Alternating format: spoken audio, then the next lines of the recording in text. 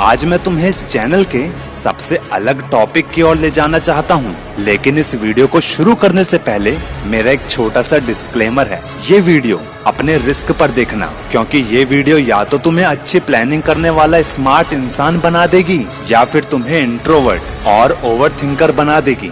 Now choice is your. Money heist, Sherlock Holmes, ये दोनों वो वेब सीरीज है जहां साइकोलॉजी, ओवरथिंकिंग, इमेजिनेशन और एक्शन के बलबूते पर अपनी प्लानिंग को कामयाब कर पाए हैं। सवाल ये नहीं है कि फ्यूचर की प्रिडिक्शन कर हम वक्त और हालात को मात दे पाएंगे या नहीं, बल्कि सवाल तो ये है तुम इस पर कितना भरोसा करते हो। किसी भी फ्रेंड सर्कल में जो इंसान सबसे कम बोलता है, जिसके शरीर की हलचल सबसे कम होती है, जरूर वो इंसान इंट्रोवर्ट होगा। खैर ये तो वो नजरिया है जो अक्सर आम इंसान समझते हैं, पर असल में वो कम बोलने वाला इंसान खुद मिस्टीरियस रहकर तुम्हारे सारे सीक्रेट सुनता है। कैसे? तुम्हारी बातें सुनकर, जो उसके लिए किसी कोयले से कम नहीं है, लेकिन इन कोयले से निकालता है वो हीरे। यानी वो सिर्फ उन बातों को याद रखता है जिनसे तुम्हारे बारे में और ज्यादा पता लगाया जा सके। ये होती है साइकोलॉजी। कोई भी चीज या इंसान जिसके बारे में तुम बहुत कम जानते हो, अपनी साइकोलॉजी के थ्रू उस चीज की पूरी जानकारी निकाल सकते हो। चलो मैं तुम्हें एग्जाम्पल के साथ समझाता हूँ। एक इंसान जिसका फेवरेट प्लेयर विराट कोहली है, तो उसका लूप होल हुआ क्रिकेट।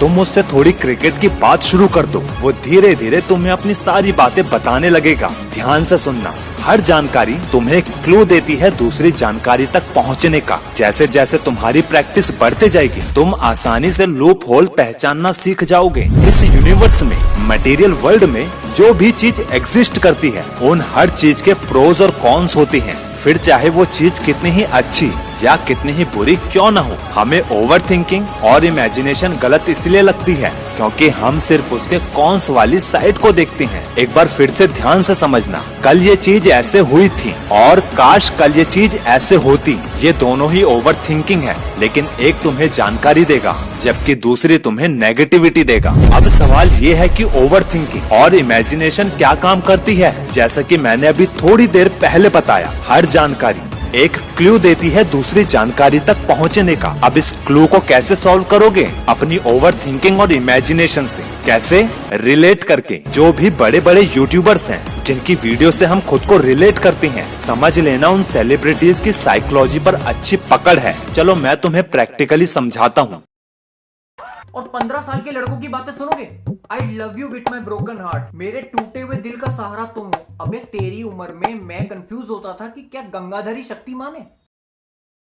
5 शीट कौन भरता है यार? मैंने 5 पेज नहीं भरने। मैं आंसर काट काट के फिर लिख रहा हूँ कि चलो।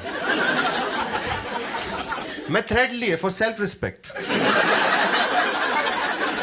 मेरे पास शीट भी नहीं, मैं 2 थ्रेड लिए। बाद में उसको मुंह में दबा के पूरे स्कूल में घूमने वाला हूँ। ये दोनों वो बातें थी जिसमें हम उनकी बातों से सहमत होकर खुद को रिलेट कर पाते हैं, और ये संभव हो पाता है उनकी स्क्रिप्ट लिखते वक्त अपनी ओवरथिंकिंग और इमेजिनेशन का यूज करके। इसे कहते हैं मेंटली हार्ड वर्क। हर एक्शन कितना जरूरी होता है ये बताकर मैं तुम्हारा समय बर्बाद नहीं करूंगा, लेकिन एक बात जरूर कहूंगा, तुम्हारा एक्शन जितना यूनिक होगा वो तुम्हें उतना ही डराएगा। लेकिन सच्चाई ये है कि तुम बिल्कुल सही दिशा में जा रहे हो।